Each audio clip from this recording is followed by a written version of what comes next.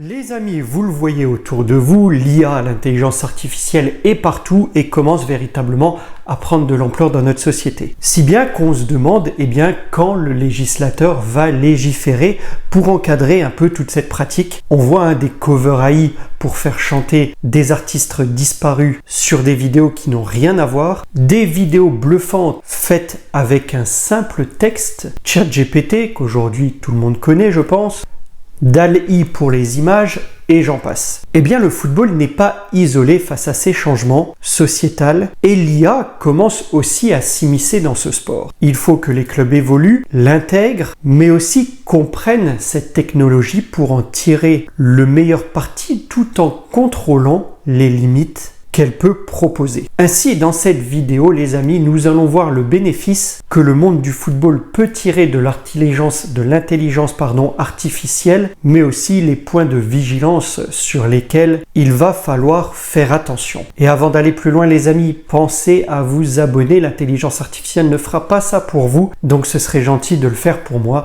Ça vous prend pas longtemps, ça vous engage aucun paiement, je tiens à le rassurer pour ceux qui croient que ça va venir faire prélever quelque chose sur leur compte, ce n'est absolument pas le cas. Mais si vous regardez régulièrement mes vidéos, c'est un petit soutien. Vous pouvez aussi rejoindre la chaîne en devenant membre avec le bouton rejoindre sous la vidéo si vous appréciez mon travail.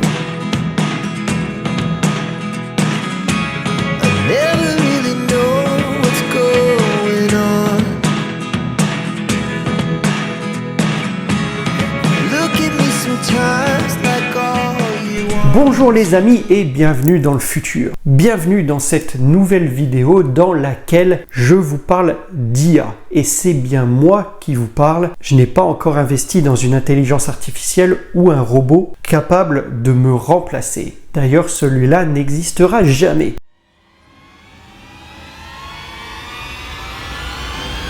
Et merde.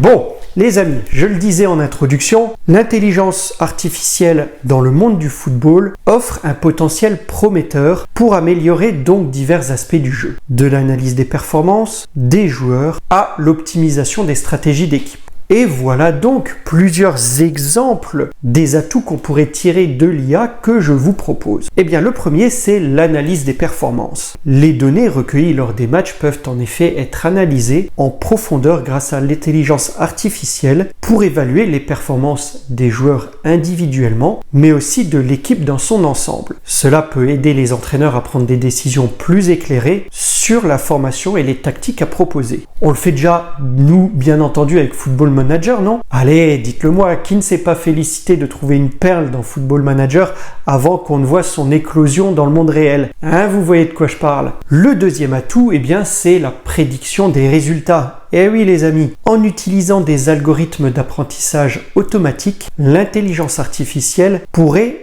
être utilisée pour prédire les résultats des matchs en fonction de différents facteurs tels que les performances passées, les conditions climatiques et les blessures des joueurs par exemple. Alors est-ce que ça va conduire à une plus grosse montée en puissance des jeux de paris sur le football? Comment va réagir cette industrie?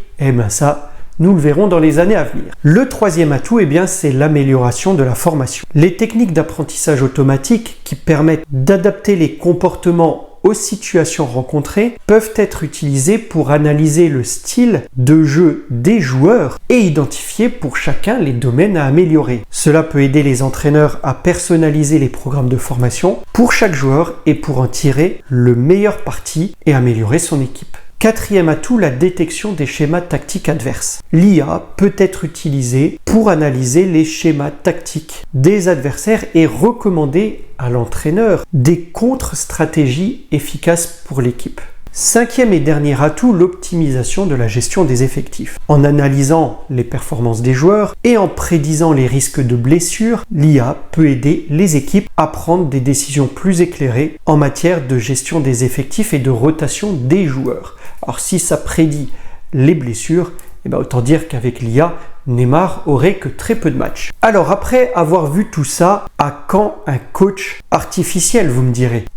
Il est important de noter quand même que l'intelligence artificielle ne peut pas remplacer complètement l'expertise humaine dans le football, je vous rassure. Les décisions prises par les entraîneurs et les joueurs sur le terrain reposent souvent sur des intuitions, des émotions et des interactions sociales qui ne peuvent pas être entièrement quantifiées. Par conséquent, l'IA doit être considérée comme un outil complémentaire pour améliorer la prise de décision dans le football, plutôt que comme un remplacement complet de l'intelligence humaine. De plus, des questions éthiques et de confidentialité des données doivent être prises en considération lors de l'utilisation de l'IA dans ce sport. C'est finalement ce qui nous amène à parler des limites de cette technologie, parce que malgré ses avantages potentiels, l'IA dans le football présente également des inconvénients, en tout cas certaines limites et défis à surmonter. La première, c'est la complexité du jeu. Le football est un sport complexe, avec de nombreux facteurs en jeu, tels que la stratégie, la tactique, les interactions entre les joueurs, les conditions météorologiques, l'aspect mental. Eh bien, capturer toute cette complexité dans les modèles d'IA peut être difficile,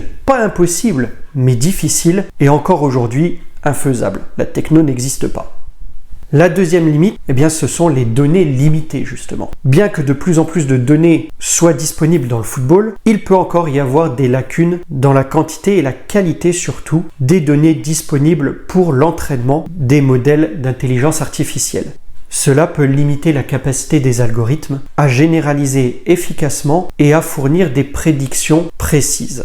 On rappelle que l'IA, pour le moment, fonctionne avec les données avec lesquelles on l'alimente, du moins jusqu'à peut-être ce que l'apprentissage automatique ne se développe davantage. La troisième limite, c'est l'interprétabilité. Il est parfois difficile pour les coachs, entraîneurs, d'interpréter les résultats donnés par l'intelligence artificielle. On doit comprendre ces données, comprendre ces prédictions faites par les systèmes d'IA, et il faut être d'une génération qui permet de comprendre tout ça et avoir les moyens cognitifs de la comprendre. La quatrième limite, c'est l'évolution constante du jeu. Le football est un sport en constante évolution, avec de nouvelles stratégies, de nouvelles tactiques, d'autres styles de jeu émergent régulièrement. Même les règles évoluent, on l'a vu récemment dans mes vidéos. Eh bien, les modèles d'IA peuvent avoir du mal à s'adapter rapidement à ces changements et peuvent devenir obsolètes si les données sur lesquelles ils sont formés deviennent rapidement dépassées.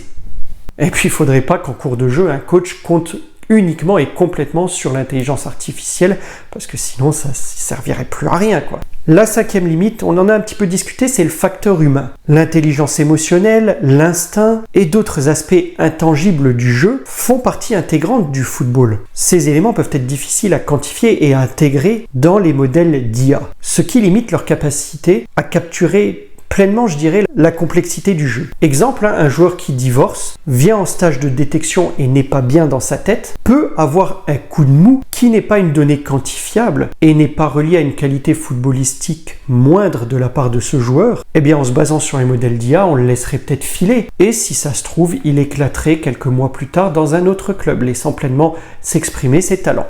Enfin, la dernière et la sixième limite, eh bien, ce sont les défis ethniques et sociaux. L'utilisation de l'IA dans le football soulève des questions éthiques telles que la confidentialité des données des joueurs, la manipulation des résultats des matchs et l'équité dans la compétition. Ces défis doivent être abordés de manière responsable pour assurer que l'IA soit utilisée de manière éthique et bénéfique pour le sport. C'est là, les amis, où à un moment, comme dans les autres domaines de la vie, il va falloir légiférer pour ne pas qu'il y ait de dérives.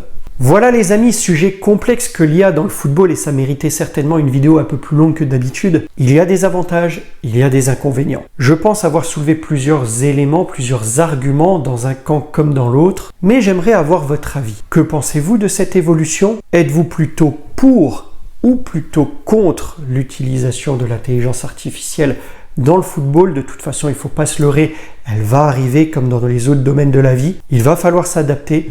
En tous les cas, j'attends que vous vous exprimiez dans les commentaires. N'hésitez pas à me donner votre avis. Quant à moi, je vous laisse là pour aujourd'hui.